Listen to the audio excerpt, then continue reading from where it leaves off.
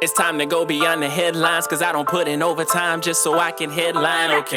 Now it's Fox Sports, I'm live with Renee. Going hard every day, sports rapping every play. Different segments for your favorites, coming at you daily. With positive vibes, yeah, we some game changers. Basketball, football, soccer, with different interviews, you never know who may pop up. Listen, only on Beyond the Headlines, this is Beyond the Headlines. Only on Beyond the Headlines, this is Beyond the Headlines. Only on Beyond the Headlines, this is Beyond the Headlines with Renee Washington. Welcome back to Beyond the Headlines with Renee Washington. We have been seeing so many exciting things going on across basketball. Of course, we had the NBA All-Star Weekend. We also have been seeing some big moves in the WNBA in the offseason. So joining me to get into all that, we've got Diamond Holton from Anna DC, a writer and editor covering the Mystics and the Wizards with Bullets Forever and SB Nation. Diamond, welcome to the show. Thank you. Thanks, Renee. Thank you for having me, for real. I'm so happy to have you here because we have a lot to get into. Let's start off with the WNBA, as we've been seeing a lot of off-season moves. Of course, we can't ignore the fact that the CBA was announced a couple weeks back, which we talked about on my show when it came out. But since then, it seems like the WNBA has hit the ground running and is full speed ahead.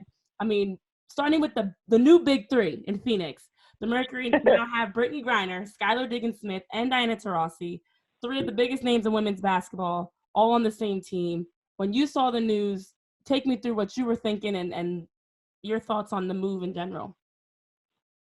When I saw that initially, I was like, oh, man, Phoenix can take this now. Because, like, who's going to stop them? Like, Diana Taurasi is coming back off injury. You know, I know she had some back issues before, but now you got Skylar, who's in a different setting other than Dallas. And then, of course, Brittany Griner is going to be Brittany Griner. There's not really much you can do with her. But I think, honestly, looking at it, I think they can dominate the whole entire league. But I guess I'm looking at it more so on paper because you never know. Because we had the same similar thing last season with the Las Vegas Aces when Liz Cambage joined Asia Wilson. And everybody was like, oh, the Las Vegas Aces, they're going to do it. And, of course, they lost to my beloved Mystics, but that's a topic for another day. But I really do think Phoenix can they can definitely make a run for it this season. I really believe they can. Yeah, and you also cover the Mystics and the Wizards, so having seen the Mystics off their championship season, you know, a lot of people are wondering who's going to be the new top dog coming up this season. And with all, you know, you have players, as you mentioned, with Diana Taurasi returning from injury. Brianna Stewart's also returning from her Achilles injury.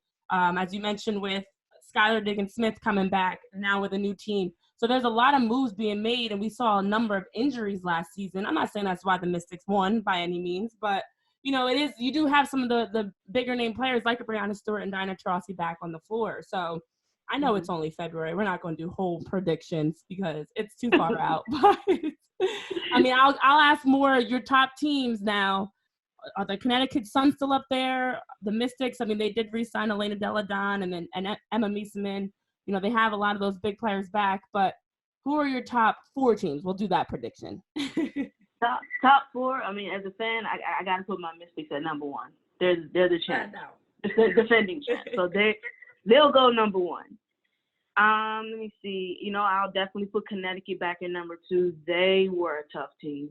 I can't even begin to imagine what else they can do. You know, especially since they've acquired DeWanna Bonner in the free agency. So that's gonna be good. Three, I'll put Los Angeles Sparks on there. I definitely will. They're a different breed. I'm a little worried on the defensive aspect because they lost Alana Beard to retirement, but I think they can definitely compete. And of course, they got Kristi Tolliver from us, so that's a big that's a big plus. And four, I think I will go Las Vegas Aces because in this free agency they acquired Angel McCautry. So that's a lot. That's really a lot. So I'm definitely, those are my four: Mystics, Connecticut, Sparks, and Aces. Okay. And talking about Kristi Tolliver, we know she played with the Sparks before, won a championship with them, and now she's back. I mean, it's free agency. You're free to go wherever you want, do whatever you want. But she's, going back to LA. You think her making that move makes sense for her, or would it have made more sense to stay with the Mystics? I know both teams, as we talk about, they're top teams in the league, but looking forward in the future, which team do you think is a better fit for her? Staying with the Mystics or returning to LA with the Sparks? As far as the best fit, I think I would have preferred her to go with the Sparks, honestly. Okay. But like she said, it was a business decision, and that's understandable because we had three players, including Christy at the time, who deserved some nice deals, some nice max deals. That included Christy Tolliver, Elena Delle Donne, and Emma Meesman. But we can't pay all three. So, so it's like when you look at those three particularly, it was a matter of who could we lose without that much damage to the team necessarily. That's true. And so when Christy signed with the Sparks, I was okay with that because we have so many guards that could come up. We got Tori Walker-Kimbrough. We got Kiara Leslie that's coming off of an injury too when we drafted her. So we have I believe we have the necessary players to make do. We even acquired Leilani Mitchell. Mm-hmm. So that, and she's a 3-point specialist as well. So it's like I don't feel like we missed anything. So for Christy, I feel like she made the best move for her. So I mean, I'm happy nonetheless. But I will not say on here that I feel like the Mystics lost in that aspect. I feel like they still are where they ended the season. I still think they need champions. I still think they can repeat. So. Okay. And you bring up a good point because Christy Tolliver, we have seen the Mystics without her. She was out for a stretch of games. They went 12-2 while she was out during the regular season. So, yes, she's a great player to have. She's an all-star. You always want to have as many talented players on your team. But one of the strengths of the Mystics this past season was their depth. And you talk about the guards and their ability, as one of the top offenses in WNBA history, the way they were able to knock down shots from the perimeter. You talk about players like Natasha Cloud that are still there. It's a number of talented players on that team that, yes, it hurts to lose Christy Tolliver because she is a big name player, but in the long run, looking at the depth that they still have, the players that are coming in, I think you're right. So good business decision on her end to join or rejoin the LA Sparks. So speaking of business decisions and business moves and things like that, we did see All-Star Weekend for the NBA this past weekend.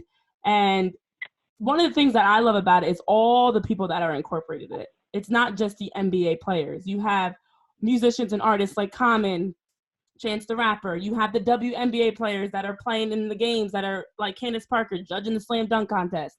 You have, even they brought, since it was in Chicago, tributes to all the people that are from Chicago, like Barack Obama. It's incredible to watch. This was one of the best All-Star weekends, in my opinion, hands down. Mm-hmm. Hands down. I definitely agree. Yeah. And it was not just, the Kobe Bryant tribute was powerful. The Common's introduction of the players on Sunday had me like, I was getting chills watching it. Right, I know. But what's your overall takeaway from this weekend? Because we saw a lot of great basketball. We saw a robbery with Aaron Gordon, which we'll get into a little bit too. And we saw the Kobe tribute. We saw Gigi Bryant, her tribute as well with players, what they were rocking on the court. Just a lot of good moments and an emotional weekend. Yeah, definitely. Overall, I think this past weekend was amazing. One of the best All-Star weekends to date. That I get chills whenever I hear Jennifer Hudson sing. Oh yes. But that was just it still hurts to believe that Kobe's gone. Yeah. But when she sung, I felt more so that he was at peace in that moment. Because it was like the earth just stood still. I love when she sings. So having her, a Chicago native at that, come in and sing, it was amazing. And then we have the different events so far each day, Friday, Rising Star, Saturday, skills, 3-point and dunk. Those were always amazing. But by far, I believe Sunday was my favorite. The new format of the All-Star game. That, I believe, should stick.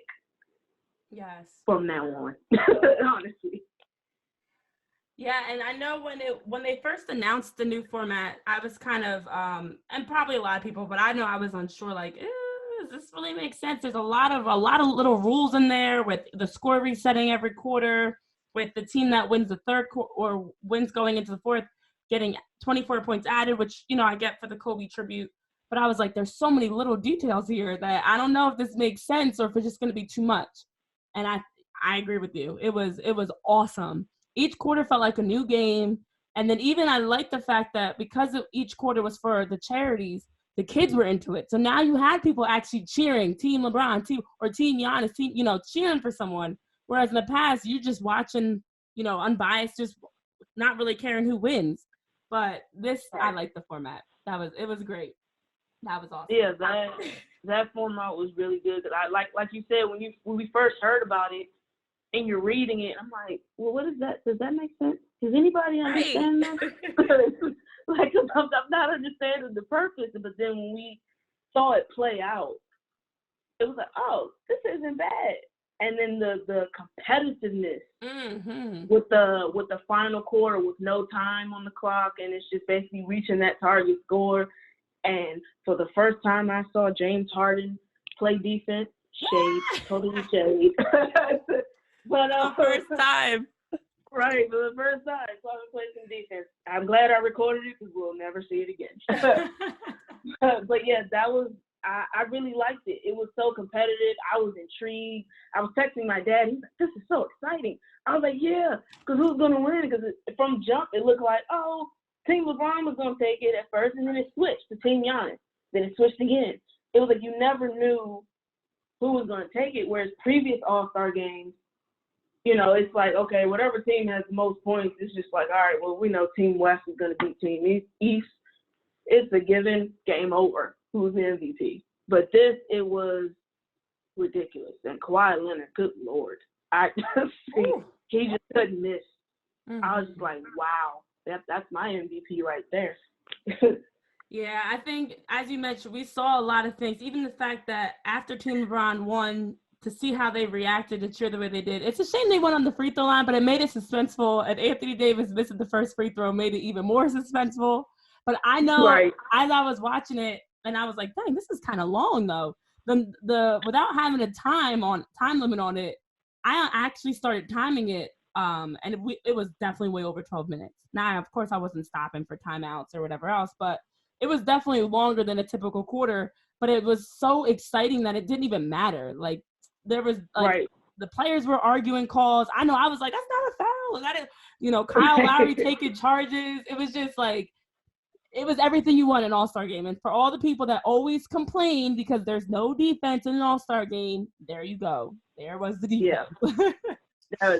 that whole last final quarter was nothing but defense. It was like, oh, we're going to win. No, we're going to win.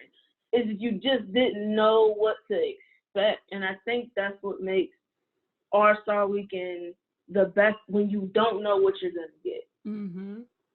And I really hope they continue this on moving forward. Yes, yeah, they definitely, that format, I hope is here to stay because that was incredible and very fun to watch. And honestly, it was. I'm a LeBron James fan, but in that moment, it was like, this is everything you could ever dream of. All the best players playing. Of course, there's some that are out. I would love to see this. The only thing I would change, and of course we can't change it, I look forward to seeing this with Kevin Durant, Kyrie Irving, Steph Curry, Klay Thompson, because this is the year that we saw a lot of new faces, which was fine. Shout out to the young guys that got their first All-Star game appearance. But I was just thinking in the back of my mind, like, how different would this game be if some of the, previous All-Stars that we had that are injured were in the game? But that was everything. That was everything. So I do have to ask you about, because we talked about Saturday. Saturday was really exciting too. Sometimes we don't get some exciting finishes for the slam dunk contest and the 3-point shootout. We saw Buddy Hield win in the last shot for the 3-point shootout, which had me on the edge of my seat. And I liked the way they incorporated the do ball, which was very cool. But also the conspiracy, robbery, rigging, whatever term you want to use for the slam dunk contest, with Aaron Gordon getting all perfect scores up until the last dunk, even though he dunked over 7'5" Taco Fall, which I don't care how tall you are, that is not easy. And Derek from the Heat getting the win in a very questionable slam dunk contest. Do you think it should have been a tie? And if not, what do you think? Do you think Derek Jones Jr. really did deserve to win? It should not have been a tie. That trophy should have went to Aaron Gordon, without a doubt. Who else can get perfect scores? Up until the last final dunk, it was like he jumped over Taco Falls. Like, can anybody else do that? Like, it's really like, what did he have to do? It's really to that point. What did Aaron Gordon really have to do to get that slam dunk trophy? I mean, previously in 2016, he dunked under both his legs and didn't win. This time he dunks over Taco Falls and doesn't win. It's like, oh my God. What exactly does he have to do? That trophy should have went to Aaron Gordon. I will not change my mind. It's set in stone forever. Aaron Gordon should have been that champion. He's a champ. And look, he even was reporting today, actually, I think. No, yesterday, excuse me. Yesterday he was saying that he won't do the dunk contest again. I don't blame him. He was robbed twice. And this was even worse because he was already robbed once. We all talked about afterwards how he should have won. I'm not saying you give it to him this year because he should have won. The man jumped over someone that was 7 feet 5 inches tall.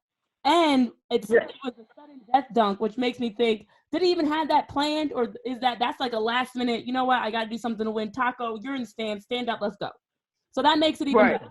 Like, they're not on the same team. They weren't practicing this at practice. This is like a last minute, where's the tallest guy in the room thing? I'm going to jump over you. And he did. But what I saw earlier today that made me laugh, or not really laugh, it's just a shame, is that everyone's coming out with conspiracy theories. And they're saying that, Candace Parker was like, look, we all thought, I'm not throwing anybody under the bus, but check the scorecard. And then Khan was like, we all thought it was going to be a tie. Someone didn't do it right. Like, someone messed up the scoring. But if you look at the three names, we got Scottie Pippen, Chadwick Boseman, and D. Wade. And they all gave him 9s. And all it took was 1 9 to keep it from being a tie.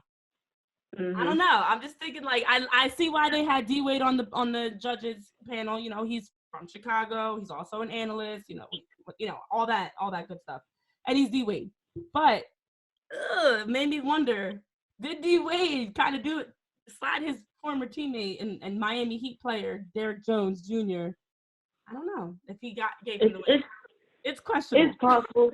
It's possible. You know, I don't want to talk bad on D Wade because I don't want Ashley. I don't want Ashley Baker to hurt me later. You know, I don't want to talk too bad on D Wade, but it's possible that his former teammate, you know, he could have rooted for him just a smidge, a little favoritism. Yeah, I mean, just a little bit.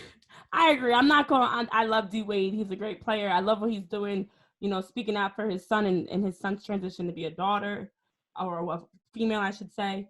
I love and respect everything he does. So I'm not going to say D Wade, I'm not going to bad talk him, but it really had me think like, oh, you know what? I wasn't even thinking about that. Was he the one? I don't know. It's possible. It's like, we'll never know. So it's I got to keep that recording as well, especially if Aaron Gordon's like, yeah, I'm not doing it anymore. It's like, oh, man, I got to keep these because I don't know if we'll see him again. I know. I felt bad for Aaron Gordon. He definitely deserved to win. Definitely.